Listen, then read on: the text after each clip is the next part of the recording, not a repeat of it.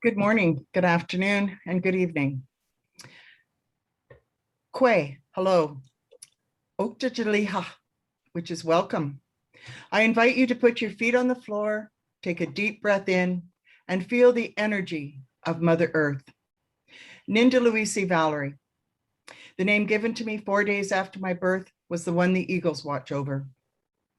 I have been gifted the name Nodi Wenda from my Dene family, and I'm gifted the name Auntie from the Torres Strait Islanders. I am Mi'kmaq, Haida, Roma, and UK Islander descent. I am a mother and a grandmother, and I'm living with HIV. I acknowledge, honor, and give thanks to all the ancestral traditional territories, lands, and waters across our great land from coast to coast, and all the lands around Mother Earth. This is where we work, play, live, and especially learn from. I honor elders past, present, and emerging. I give thanks and honor those who walked these lands and canoed these waters, the first caretakers of these lands, protectors of the waters, and knowledge keepers of the medicines. I acknowledge the unceded ancestral traditional lands and waters of the Coast Salish peoples. This is where I connect my mind, body, heart, and spirit, and where I'm speaking from today. I honor, recognize the Tsleil-Waututh, the Squamish, and the Musqueam. I open with words of my grandfather in his Mi'kmaq teachings that new knowledge is old knowledge to new people. And as teachers, we are learners, and as learners, we are the teachers. I am a peer research and a research user co-lead on this project. I would like to welcome you all to the launch of the film, HIV Made Me Fabulous. Thank you for being here with us today. And now I'd like to pass it on to Alison Carter, who will provide a brief introduction to the film, and then the film will start right away. We Ellen, all my relations, Nasana. Thank you, Valerie, for that meaningful welcome and land acknowledgement. My name is Ali Carter, and I'm delighted to be the moderator for today's session. I am a senior lecturer with the Kirby Institute at the University of New South Wales in Sydney, an associate of the Australian Human Rights Institute, and an adjunct professor in the Faculty of Health Sciences at Simon Fraser University in Canada. This webinar will be presented in English and simultaneously translated and interpreted in French. To access the interpretation, click the interpretation button from the bottom of your screen and select the language you would like to hear. I'd like to begin by thanking you all so much for joining us today for the premiere of HIV Made Me Fabulous, a special World AIDS Day 2021 event to raise awareness and show support for women living with HIV globally. I also want to thank our collaborators, the Global Network of People Living with HIV, and CATIE, Canada's source for HIV and hepatitis C information, for supporting today's screening, the Women's Health Research Institute for their amazing work to design our film resources, our funders, the Michael Smith Foundation for Health Research, the SFU Community Engagement Initiative, and the BC Center for Excellence in HIV AIDS. And lastly, a huge thank you to all of our project, academic, and community partners for their incredible contributions to this film project.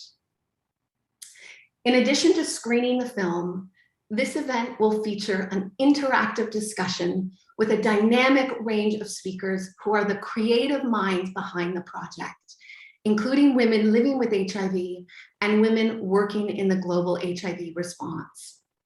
There will also be a question and answer session, so please ask questions as they come to mind.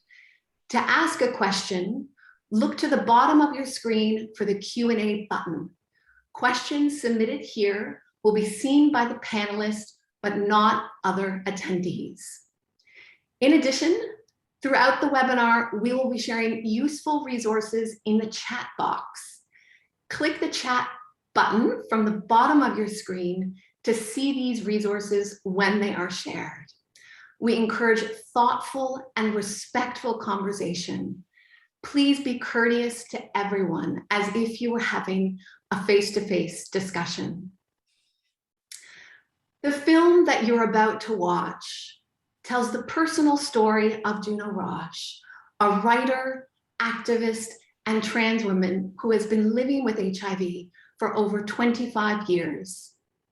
Grounded in HIV science, the film examines issues related to HIV, intersectionality, and health equity. While the film aims to inform and empower, the narrative and imagery deal with stigma and violence and may be upsetting to some. So please be kind to yourself and watch the film when you're ready. The film utilizes embodied storytelling, which is an arts-based method that incorporates movement and dance to connect the viewer physically and emotionally to the story. The film features voiceover narration by Juno Roche and 3 performers who represent Juno's story visually. During the film, the women prepare to meet a potential lover, find the courage to knock on their door, and ride the ensuing emotional journey. Despite the women's different circumstances and backgrounds, they are connected by their living experiences of HIV.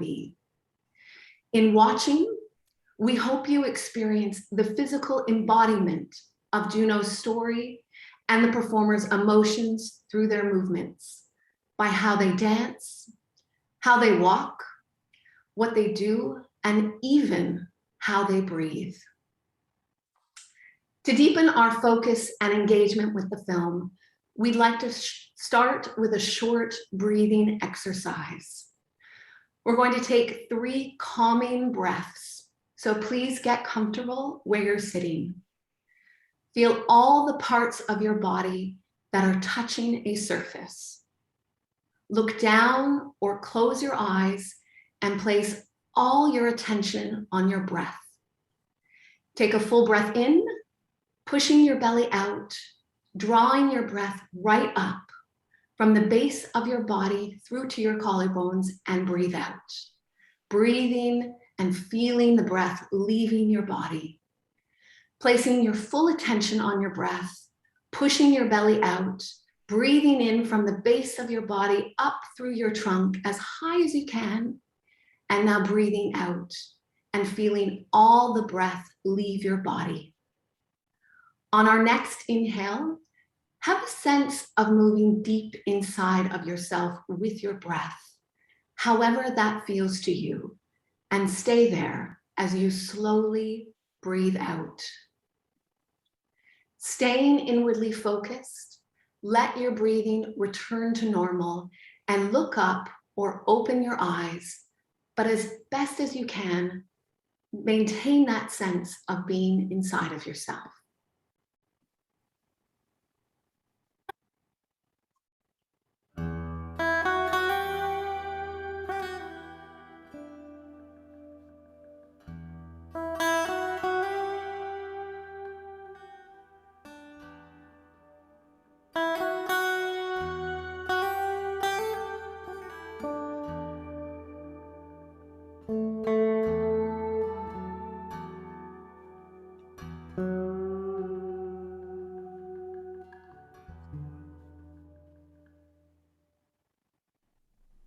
It's a difficult enough thing to be a woman in this world and exist proudly in your body. Especially as being a trans woman. There's so many layers of shame and being born in the wrong body, this disassociation from the body and this rejection of the body. We're born into bodies that we're told we should feel shame about, that we should feel are never good enough and are never perfect enough and never slim enough and never beautiful enough. And if I try to go on to, say, dating websites, that can be really exposing in relation to the fact that people completely pull apart me and sexuality and desirability because of HIV and because of my transness. that my body can't be a body that is HIV positive and is trans and is also sexy and sexual or desirable. It can't be those things.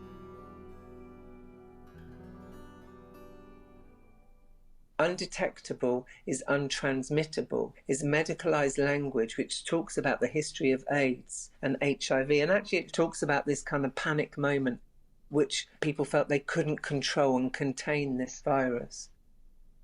You know, if we make the virus in your bloodstream undetectable, then there's not enough of it to pass on.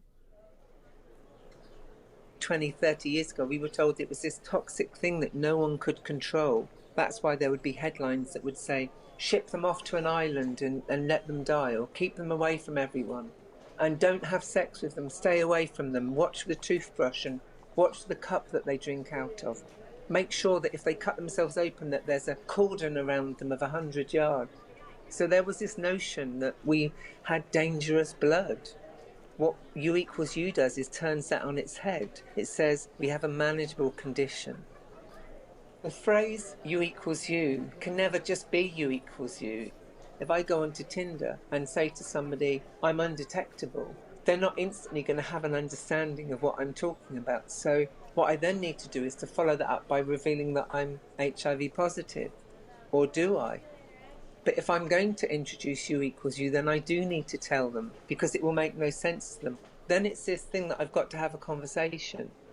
I'm a trans woman living with HIV, so I've then got to dispel all the myths. And then I've got to own up to some myths, because yes, I was engaged in sex work.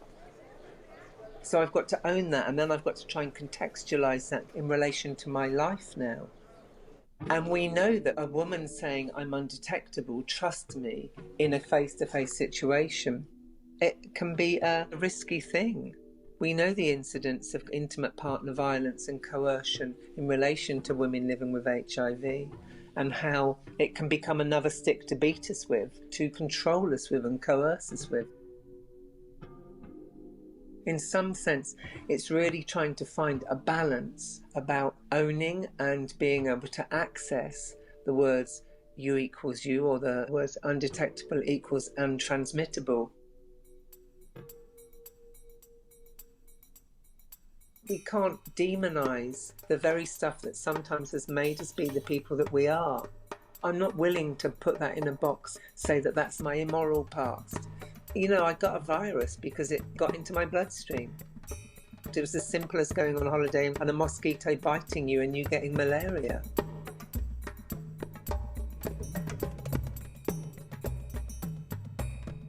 I didn't think that I was ever worthy of beauty. I didn't think that I would ever be capable of creating and owning beauty. If I go back 20 years, 25 years in my life, I was a sex worker, an HIV positive sex worker, an HIV positive trans sex worker who people would look at on the street as if I was worthless. But I never really saw it like that. I just saw that I was doing what I needed to do to try and survive, but also to try and do good, to try and drag myself up continually. But like I always was on this quest to create beauty around me. So for me to actually have this space that I've owned and crafted, and it's just a tiny sliver of space in the middle of nowhere, but it's safety to me and it's security. It really is everything that I didn't think I could manifest, I've manifested. So often we're told that it will be a man or it will be another person that will complete us. And in a way, we are there very much to serve or service other people and to care for other people, to look after other people, to make sure in relation to sex somebody else is coming before you do. And I feel like it's probably one of the greatest feats of my life that I've got to a place where I recognise that my pleasure can be centred and it's important, it's valid. The history of HIV and AIDS has been the history of men and men's sexuality. You know, you can't escape the fact that men control the narratives, all narratives. So if you look at most campaigns historically for U equals U, most safe sex campaigns have been directed at men, and they seldom featured women. It's very difficult for there to be a narrative around what U equals U means for women, because women often don't have the money to create their own campaigns. We might be offered a seat at the table to put our point of view forward, and we might become a face on the poster, but is it women creating a set of posters that really speak to women about being undetectable? We just don't own the narrative. The message that I would like to see out there for women is you own your body. Whether that body contain HIV or not contain HIV, you own that body. You have every right to take risks, to not take risks. You know, you have every right to all the same stuff that everybody else has, that men have. What I would want women to know is, you know, as many words as they want to say are enough, or as much information as they want to give is enough. And you are fabulous. All I know is that the combination of my writing, my words, the world that I create when I write, and the world that I live in, my home, my house, and how I can be sexual in this space, the kind of freedom I feel from being outside and self-pleasuring and feeling my body naked in the elements with the sun coming down on my body, that sense where there's no words, where there's no interference, where there's no labels, where there's no stuff becoming in between. It's about a purity that I feel like both HIV and transness, a lot of that stuff has come in and been words between me and the world, not having to strive to be good enough or to be any different than I am. Partially you equals you is saying to people, I'm clean, be intimate with me, show me intimacy, I can't harm you. And in a way there's a part of me that wants to scream and say, you know, HIV made me fabulous. HIV made me a fucking great writer. What has it done for you?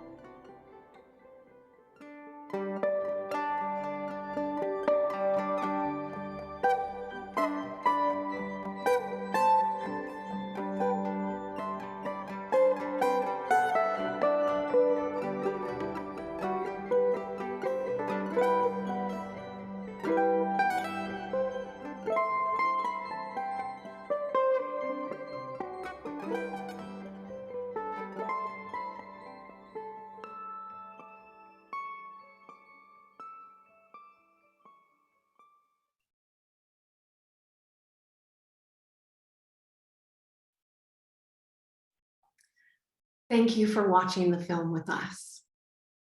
It is now my great pleasure to introduce the panelists for today's discussion. Each will take a few minutes to talk about their involvement in this project, and then we'll open it up for questions from the audience. So please add your questions to the Q&A function in the platform. Our first speaker is Dr. Angela Kaida. Angela is a global health epidemiologist, Canada Research Chair in HIV and Sexual and Reproductive Health, and Associate Professor at Simon Fraser University. Angela, could you please share with us why this film was created? Thank you so much, Ali. I truly hope everyone enjoyed the film and has a moment to sort of sit with Juno's words and that beautiful imagery. As Ali mentioned, I'm a health sciences researcher at SFU. I'm not living with HIV, but I aim to practice allyship in my personal and professional life. And, you know, to answer this question, we wanted to make HIV Made Me Fabulous as a creative way to share findings from the Canadian HIV Women's Sexual and Reproductive Health Cohort Study, or CHIWOS. Many of you may know CHIWOS as the largest community-based research study by, with, and for women living with HIV. And when we began, we really noticed that sexual health research about women was really heavily preoccupied by the risks that sexually active women might present to other people, while really tellingly little focus was on the sexual health, sexuality, well-being of women living with HIV themselves, their own sexual rights, their desires, pleasure, satisfaction, choice. And at the same time, our research in CHIWOS were showing us that 1 in 2 women living with HIV said that sex was a really important part of their lives. And at the same time, about 80% were saying that they weren't satisfied with their sex lives. And the reasons for this were not really about any clinical features of HIV. It was really about the environments that women living with HIV need to navigate for their sexuality, whether that's facing gender-based violence, stigma, discrimination, HIV criminalization, and other social injustices.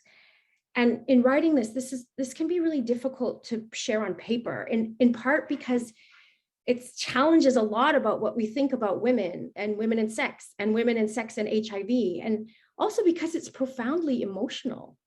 And so during the same time, we learned of really the life and game-changing research of U equals U, or undetectable equals untransmittable. And for many, as Juno really beautifully talks about in the film, that message can be very liberating, more agency, hopefully reducing stigma. But our research was really showing that U equals U knowledge wasn't mainstream. Knowledge that the women living with HIV didn't have good knowledge about U equals U, neither did their partners, providers, or the general public. And certainly our understanding of U equals U was not sufficiently gendered. And so, a different story about U equals U needed to be told. So our research team partnered with artists, storytellers, to really mobilize, in our research language, right, to really mobilize our findings through this film, HIV Made Me Fabulous. So I think we hope as researchers that the film can help disrupt some of the learned prejudices that we have about women and HIV. But we also hope that the film sparks discussion, and I think more importantly, action, to support the sexual rights of women living with HIV in all their diversity. I think we know that in Canada, women's health research and services and experiences are don't get nearly enough attention, focus, priority, or funding. And that really does need to change. And I really hope that this film helps contribute to some of the action on that front as well. So maybe I'll stop there, Ali. Thanks so much for the question. Thank you, Angela. Our second speaker is Juno Roche, a writer and campaigner whose work has centered around gender, sexuality, and trans lives. The film was essentially Juno's words, where she spoke about her experiences as a woman living with HIV. Juno, I am sure the audience is so interested in how this film was created and why it was meaningful to you. Could you please share a few words? Yeah, absolutely. First of all, I have to say that I'm always really silenced by, I've been living with HIV for so long. I've lived through kind of all the iterations of HIV from a full-blown AIDS diagnosis, when that's what you got, was a full-blown AIDS diagnosis. And, I remember, kind of like nigh on 30 years ago now, being asked, did I want to speak to somebody religious? Did I want to, there was a notion that this was the end of my life. So to be sitting here now, kind of that many years later, being part of a project with an amazing group of practitioners and women living with HIV and women working in the field of kind of sexual healthcare and HIV, just is kind of a bit mind-blowing for me. So I feel like when you say to people, maybe people need to sit with it for a minute, I always feel like it's me that needs to sit with it for a minute. I mean, it's been, for so long. I mean, I write because I want there to be nuance. I write because I want there to be I want people to understand the complication. You know, U equals U is a very simplistic, a very simple set of words that means everything, but also means nothing and means a plethora of different things. And, you know, words spoken from different mouths have different power, have different ability to access power and safety. You know, if language meant one thing to everybody, the word no would be very clear. And there would be an awful lot of situations that wouldn't occur, because when people say no, everyone would understand what that no means. So I was really drawn to this project because I got to talk.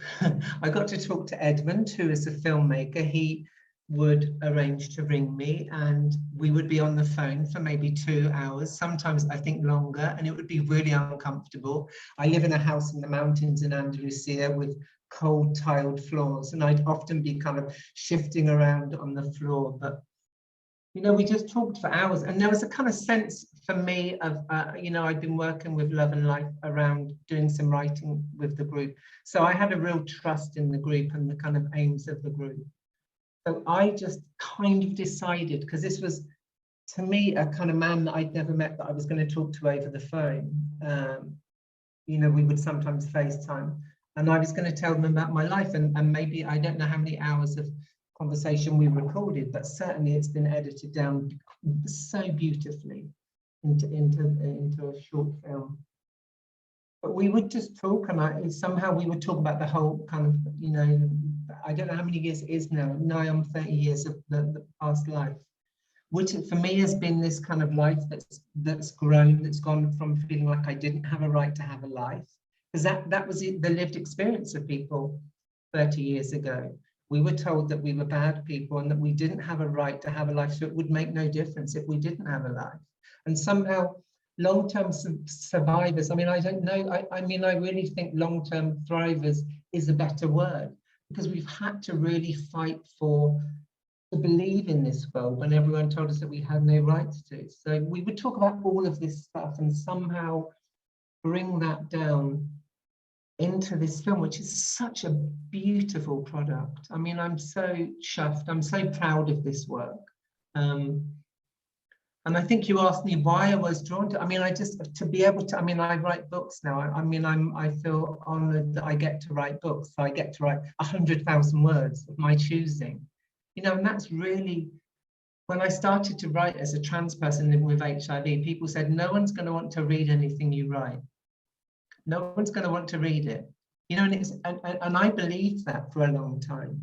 You know, just as a kind of story, you know, I did a book event last night about my second book, and I looked on Amazon this morning and it was at #2 on the bestseller chart in terms of sexuality. And I thought, you know, it's like people told me that no one would listen to me, because what right did I have as a trans woman living with HIV, who'd had the past that I'd had, to have a story, to have a kind of narrative. And all I've ever wanted to do is to say, you know, don't give us a place at the table. Just leave the table, give us some room, give us a conference, give us the budget, give us the budget to make our own campaigns, because women are going to know what women need to see and hear.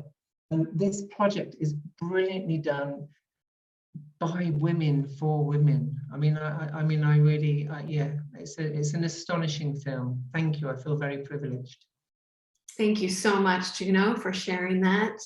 And I agree with you, that language of long-term thrivers is a wonderful one that I think we could all incorporate into our discourse. A reminder that if you have any questions for our panelists, to please insert that in the Q&A function, and we will be able to respond to that shortly. Our next speaker is Edmund Kilpatrick, the director and producer of the film.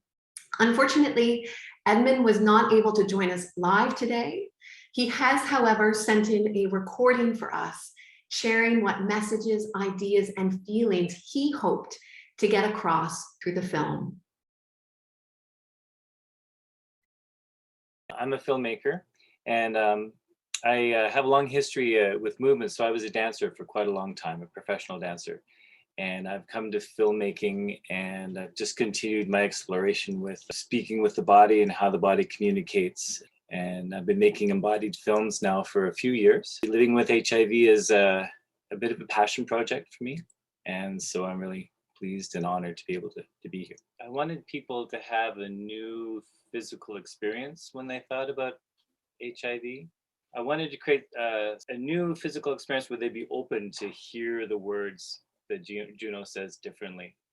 The whole idea behind embodied storytelling is to create some sort of a new physical experience. You know, a lot of the stigma comes around this initial shock and fear that people feel when they first heard about HIV, especially back in like the 80s and 90s. You know, that initial physical hit was such a strong one.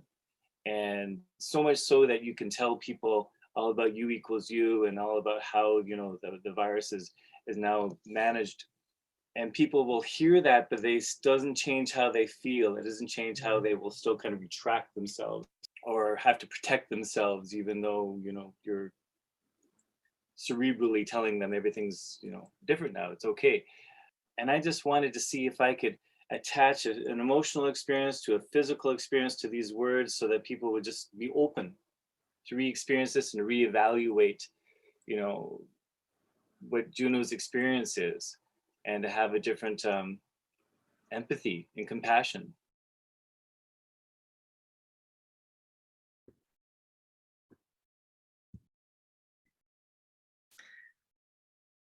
Our next panelist is Florence Anam. Florence is a program manager for the global network of people living with HIV. She has also worked as an advocacy and communications expert with Doctors Without Borders in Southern Africa. Florence, could you please tell us a little bit about why you think this film is important to address the politics around women's sexuality and their bodies? First of all, I would like to thank all our guests and my fellow panelists for being here. It's exciting to be able to be at the launch of this film. To your question, historically, societies have constructed narratives around women's bodies to control women's lives mostly. This continues to date, defining what is acceptable, what is not, what is beautiful or not, what makes a woman, what makes a good woman or wife or girlfriend or whatever identity we needed to conform to. So more often than not, these narratives are usually about women's appearances, sexuality, or behavior. For women living with HIV, there's a sense that we have an added burden to deal with. If there was a value ladder, I feel like often my friends and I are like at the bottom tier of this ladder. We are unclean or dirty to be wary of. Despite of the progress in science or all the information out there, we are always needing to convince people that we are safe enough to be with, you know, begging for love, to be seen by everyone, including the systems that provide health services for us, which often make women invisible, always framing our bodies as vectors of risk for the babies we carry or the partners we have sexual relationships with. I believe Juno's story is my story. And for many women on here, it's your story too. The women's body as a source of pleasure is a luxury for many. I mean, I've had to rethink that as an adult. It was not taught to me, and it's not something that is discussed. Very few of us believe that to be true, and that's why this film is important. I think it's a space to build women's and girls' confidence, to push back at these default narratives that make it difficult for women to seek what everything their bodies could do. And I'm excited that I was a part of this project all through, for I know that in this film and the discussions that follow, every screening, there will be an opportunity, a security, a validation even, for at least even one woman to begin to ask questions, seek answers, explore with confidence what more we could be or have. For me, this film is about making our own fabulous woman narrative about our bodies. And I'm excited that I was part of it. Thank you so much, Florence. That was beautifully said. And I think this leads nicely to our final panelist, Marvelous Muchenje. Marvelous is currently working on her PhD at the University of Toronto She is a social work and global health practitioner. Marvelous. Can you please share for us your thoughts on what we can do as a global community to move forward in creating an environment where the rights of women living with HIV are respected, protected, and uplifted? Thank you. And thank you so much to Juno and for being brave enough to share a story too. And for all the other women who are online, who also feel the same, or like what Florence has said, that Juno's story might be our story too. I'm also a woman living with HIV, diagnosed in 1995. But when I look back, the question that comes in my mind is, we are so many years down the line with HIV. Why do we still have this environment where we are questioning the women's role, where women are left behind when it comes to you equals you, or even in research? And I've seen a lot of funding cuts, not only in developing countries, but also in other developed countries too. So we cannot, as women, develop programs that fit our needs when you don't have funding. We cannot say our voices when we are called, when decisions are made already. We are just called on tables to tick the box to say, oh, we had women living with HIV that also talked about their issues. But when we call women on tables to make decisions or to inform policy, are we not only inviting women like Marvelous, who are privileged, who have access to everything, and we don't hear the voice of the marginalized women that Juno might be talking about, but women who are sex workers, women who are in the streets, women who are homeless, but women who are also in the rural areas. There's some women who have to walk miles and miles of distances to go and get even family planning products, or maybe just to get information. But me working in Canada, I've also realized even the healthcare system is letting us down. There's still stigma and discrimination of HIV, even within communities that we work, where we access services that are complementary. So the things that I would think of as a global community that we need to think of and do is to get an in-depth understanding of the holistic needs of women. And when I say holistic needs, if I'm coming to you, I'm not just coming to you because of treatment only. There are other issues that affect me, my mental health, my isolation, maybe I don't even have food, but also ensure an understanding of determinants and facilitators of risk and prevention. Because once we get tested for HIV and we're found to be HIV positive, but we have other things that also affect us. Herpes, we have other sexual transmitted diseases.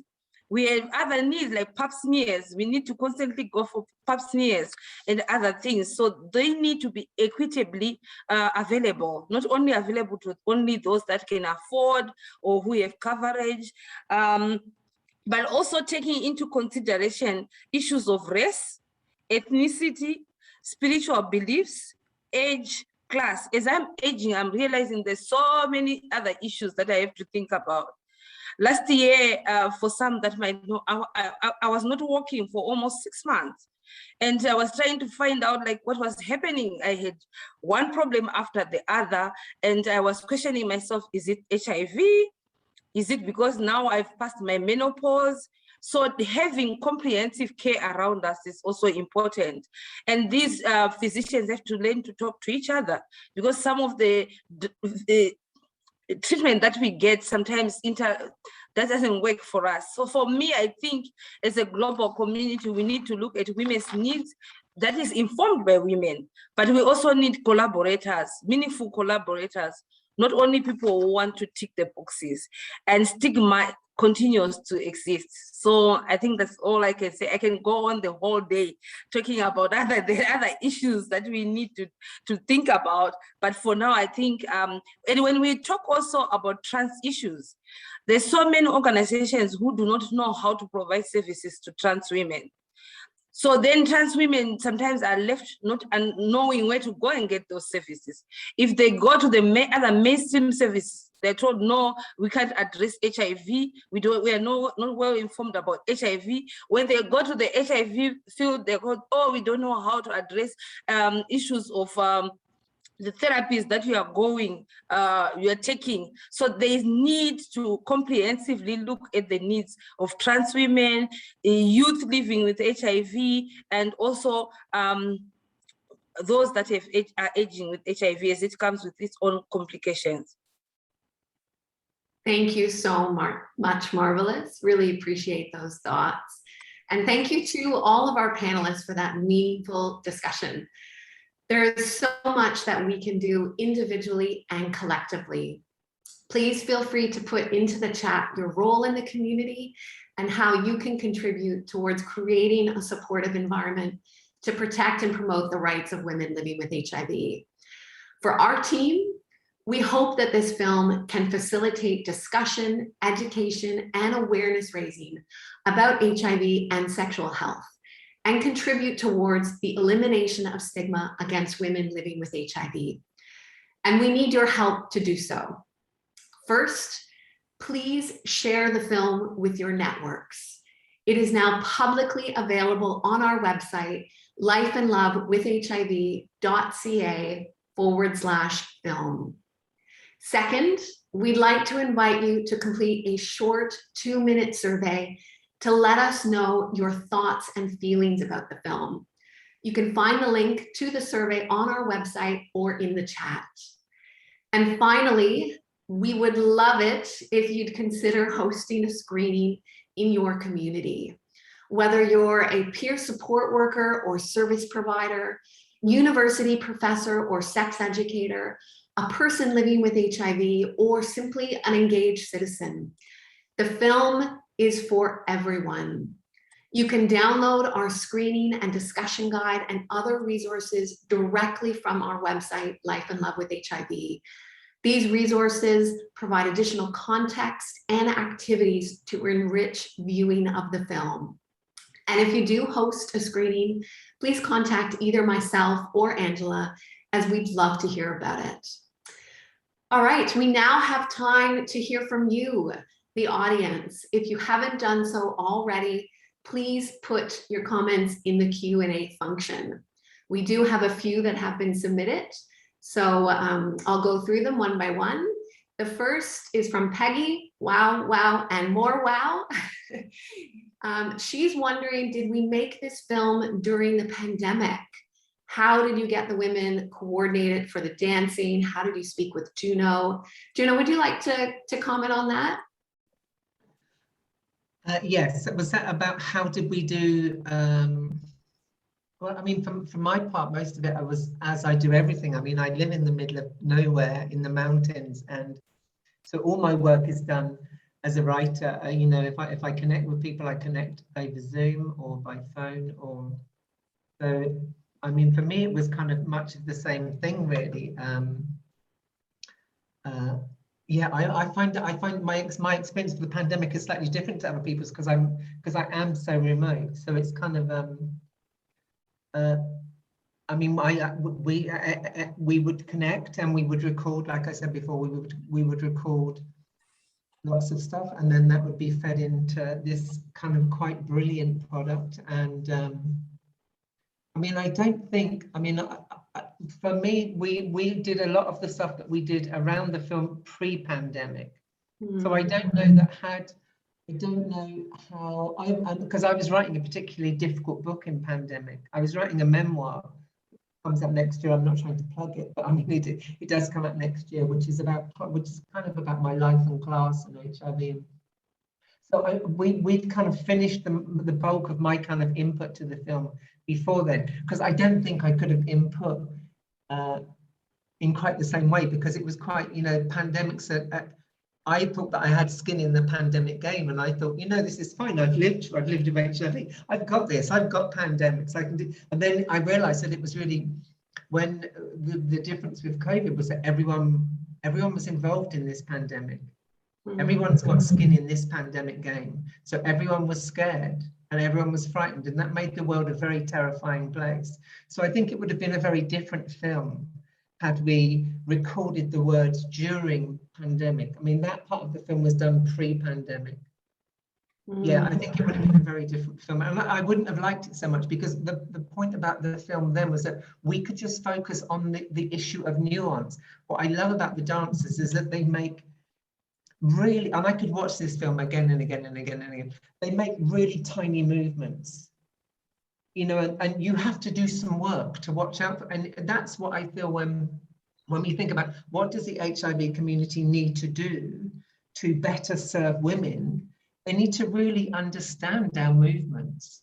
They need to really understand the things that we're saying in the context that we're saying it in. Because I mean, I definitely feel, thank you, Marvelous, for what you said about trans kind of healthcare and stuff, because I'm segmented. You know, I have like a trans healthcare here and HIV over here, and general healthcare over here, and never the twain shall meet. I mean, and that's, sorry, I've gone completely off of the subject, haven't I? I just realised, but I think my bit was done pre-pandemic. I think that's the thing. So the pandemic didn't have an impact, thank God. Yeah, thank you so much. You know, I think you've answered the question beautifully, particularly around movement and space and the spaces we occupy or are excluded from. And yeah, I guess we were a bit ahead of our time having filmed this pre-pandemic. But the beautiful thing I think we could all agree on is that all of us are in different cities, different continents, in fact. And so we created this film, you know, this really personal, intimate, inviting film remotely. So it's pretty remarkable, I think, that what we were able to achieve, even though we haven't actually met in person for some of us. So thank you. I just want to say really quickly, just really, and I will keep, I know that I say that and then I go on, but I won't. This is what, if you just let women get on and do stuff, if you fund projects run by women, for women, this is what they come up with.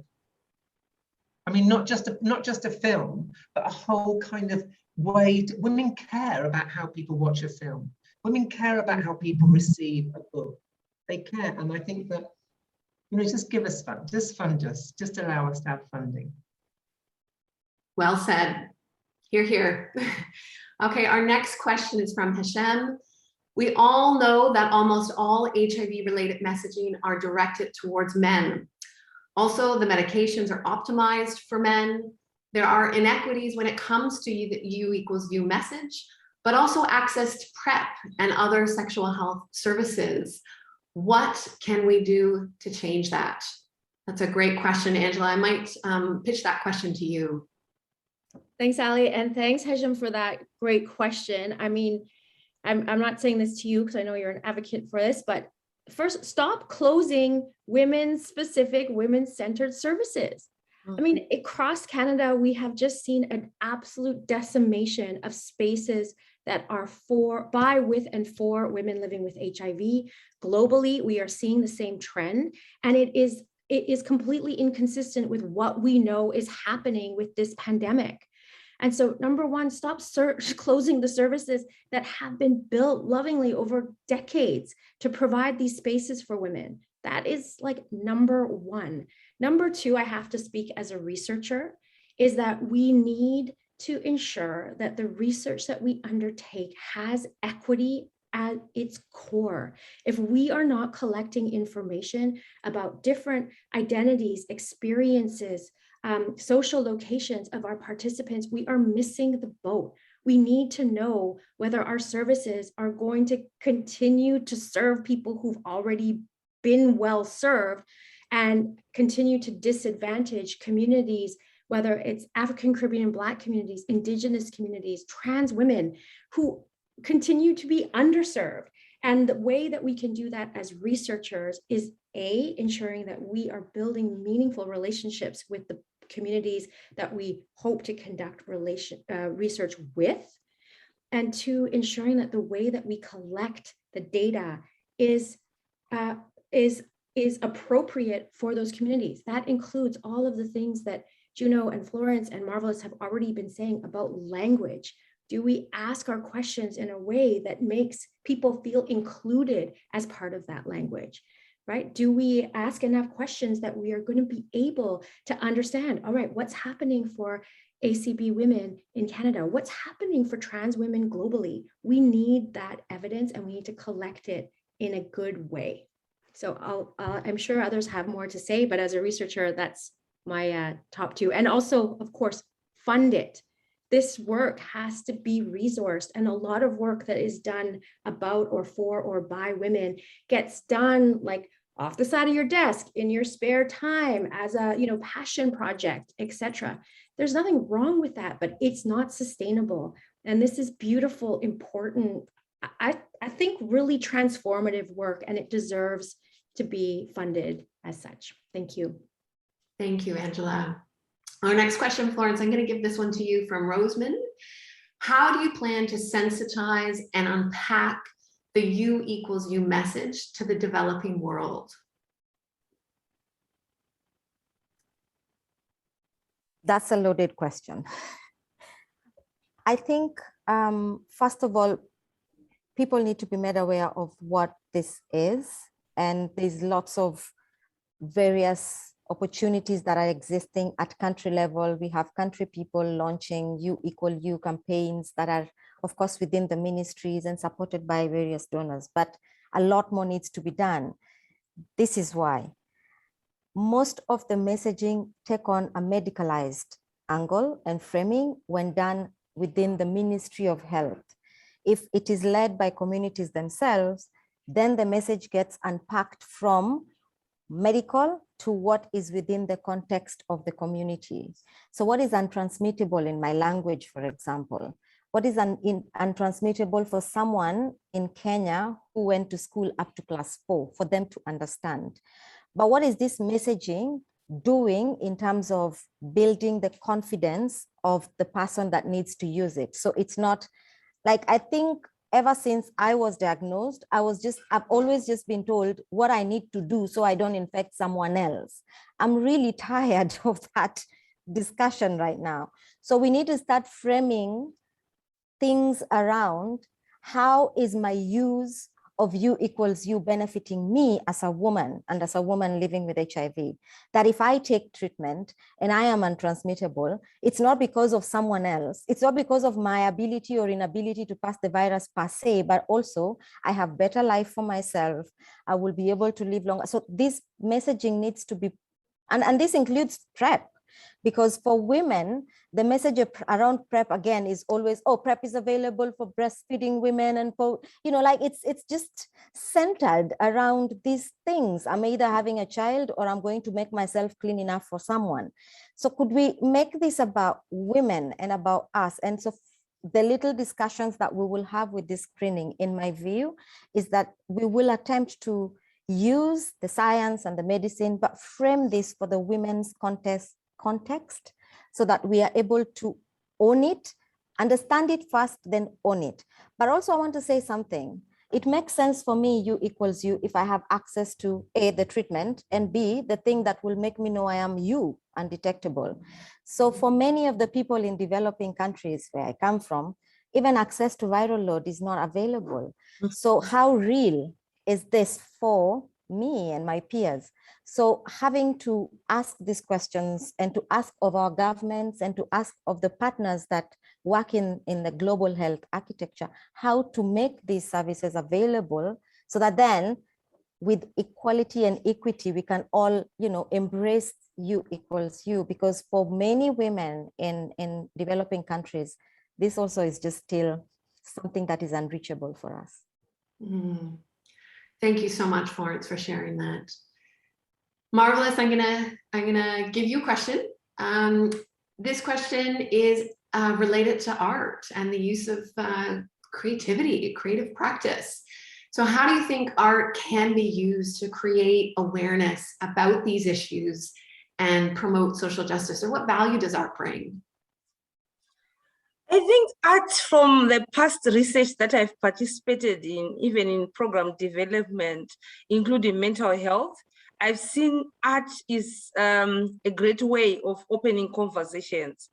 And what sometimes if you just ask women a sentence or a question, a closed question, they won't give you enough. But using art, they get to talk about their life. Because sometimes a problem can be presented in a certain way, but if you don't understand the story behind it, you won't understand the real issue. So using art makes you actually give that opportunity to understand the whole life of a woman.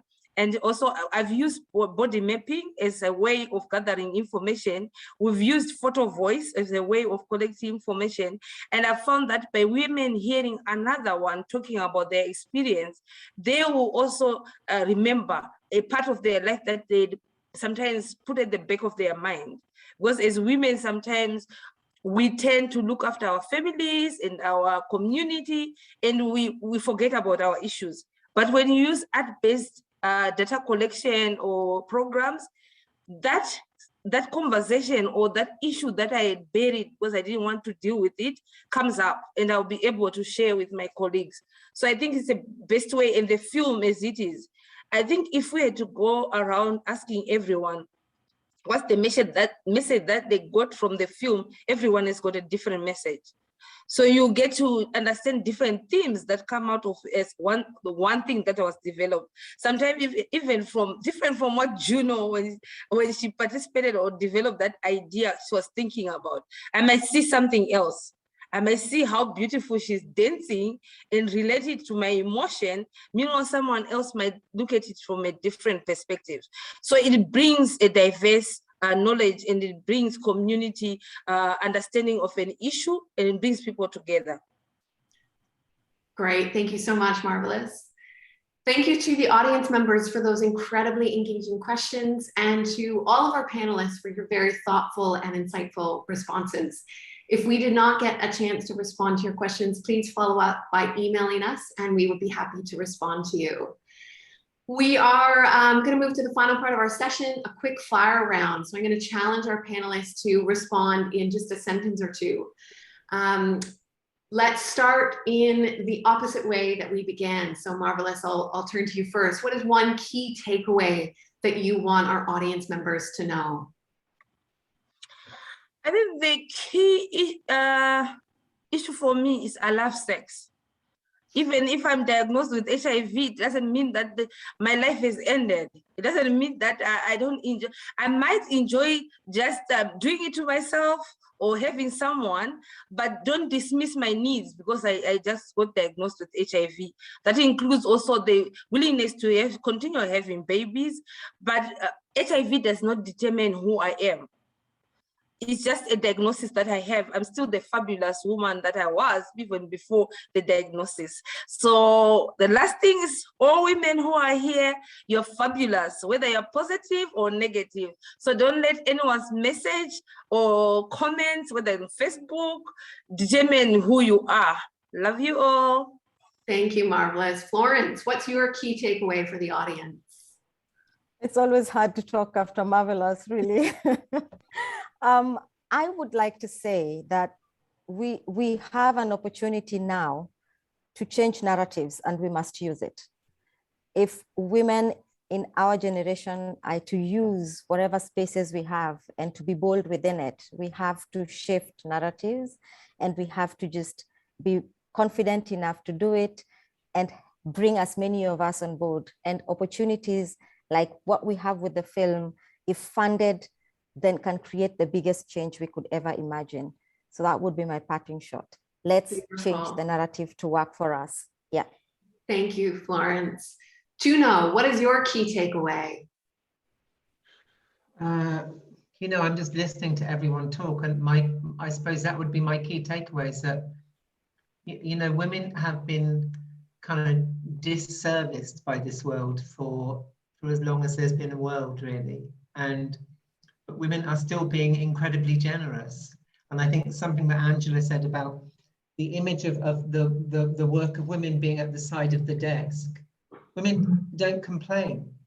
Women still create fantastic, creative, you know, projects and such important work. And listening to the words of Florence about how U equals U, you know, isn't even a reality in countries whereby people can't get viral loads. I mean, I mean, people are being so generous here. That's what I think, that's what I'm always amazed about, is how marginalized people, and women are marginalized, despite being over half of the planet. They're still marginalized by the kind of systems and structures of patriarchy and et cetera, et cetera. I mean, women are really generous with what they do and what they give. And I think it would be really, read the room. That's what I would say. Read the room now and fund us. Read the room. Yeah. Thank you, Juno. And lastly, Angela. There's nothing left for me to say, honestly, except just thank you. As a researcher, I will just speak to my fellow researchers that there is such power in storytelling. And I think sitting on the research findings that we have and trying to, we're always tasked with impact, and truly the boldness and the courage of the women that are on this panel has been an absolute source of inspiration for me. And it's also improved my work as a researcher as well.